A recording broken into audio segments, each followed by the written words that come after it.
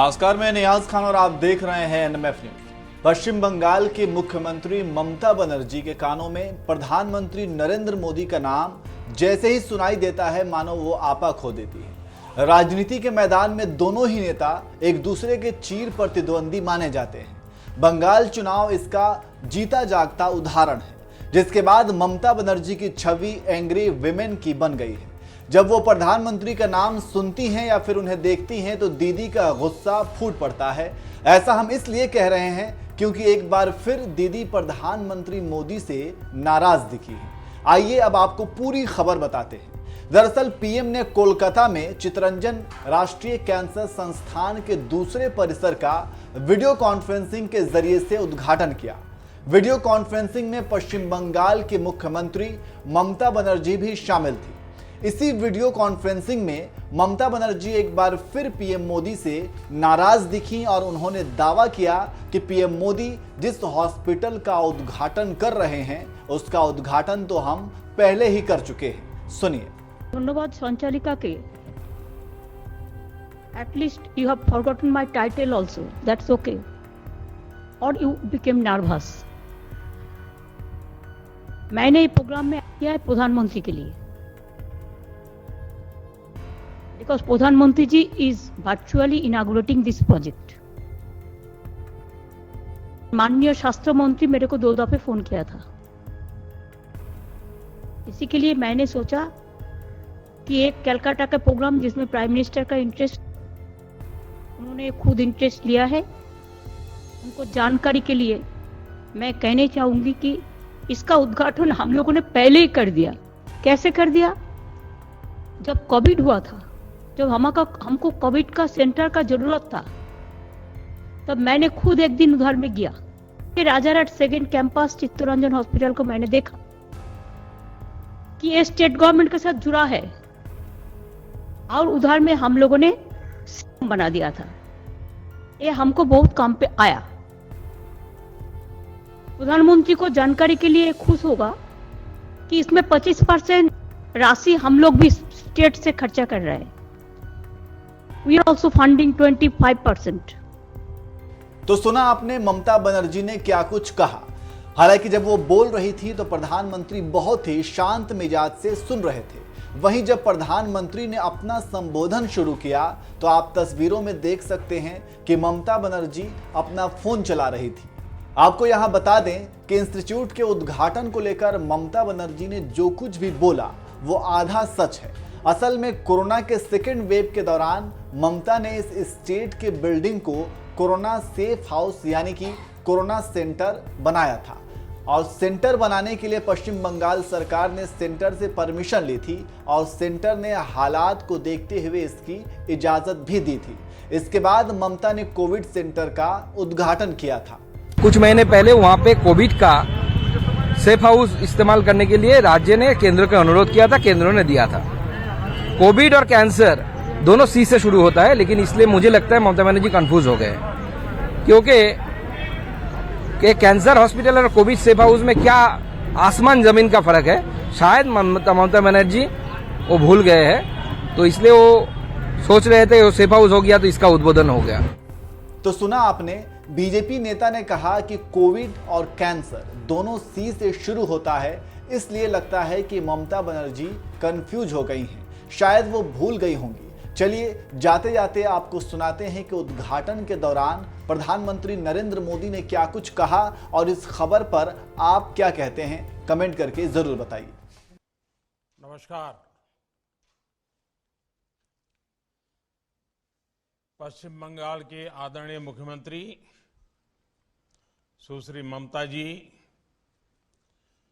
केंद्रीय मंत्रिमंडल में मेरे सहयोगी मनसुख मांडविया जी, सुभाष सरकार जी, शांतनु ठाकुर जी, जॉन बरला जी, नीतीश प्रामाणिक जी, नेता प्रतिपक्ष शुभेंदु अधिकारी जी, सीएनसीआई कोलकाता की गवर्निंग बॉडी के सदस्यगण, हेल्थ सेक्टर से जुड़े सभी कर्मठ साथी, अन्य महानुभाव, देवी और सज्जनों,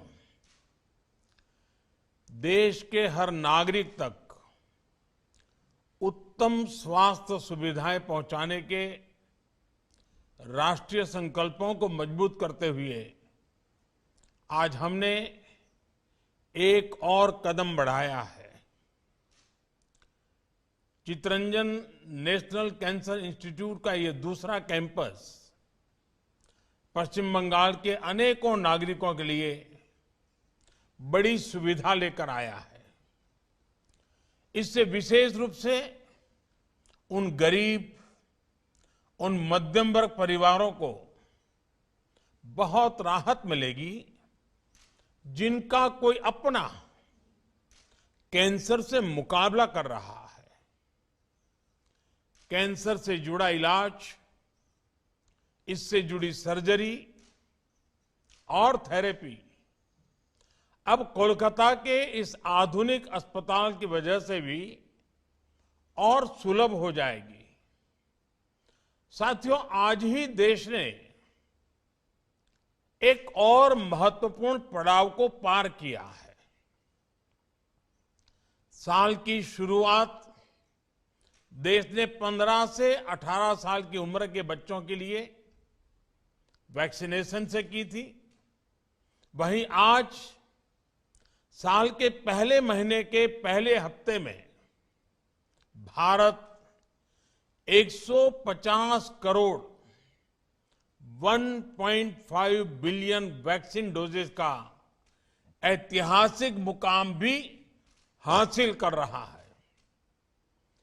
150 करोड़ वैक्सीन डोज, वो भी एक साल से कम समय में। ये आंकड़ों के हिसाब से बहुत बड़ी संख्या है।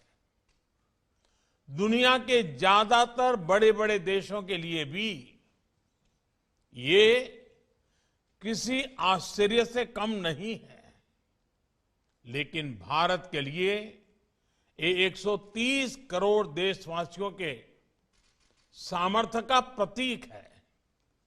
भारत के लिए ये एक नई इच्छा शक्ति का प्रतीक है जो असंभव को संभव करने के लिए कुछ भी कर गुजरने का हौसला रखती है।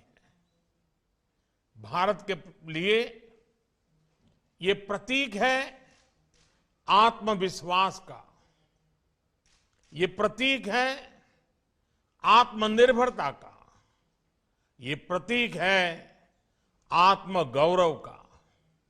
मैं आज इस अवसर पर सभी देशवासियों को बधाई देता हूं।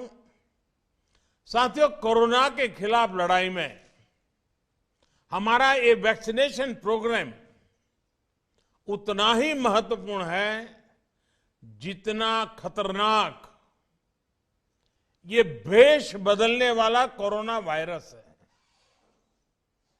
आज एक बार फिर दुनिया कोरोना के नए ओमिक्रॉन वेरिएंट का सामना कर रही है। हमारे देश में भी इस नए वेरिएंट के कारण केसेस तेजी से बढ़ रहे हैं। इसलिए 150 करोड़ वैक्सीन डोज का यह सुरक्षा कवच हमारे लिए बहुत महत्वपूर्ण हो जाता है।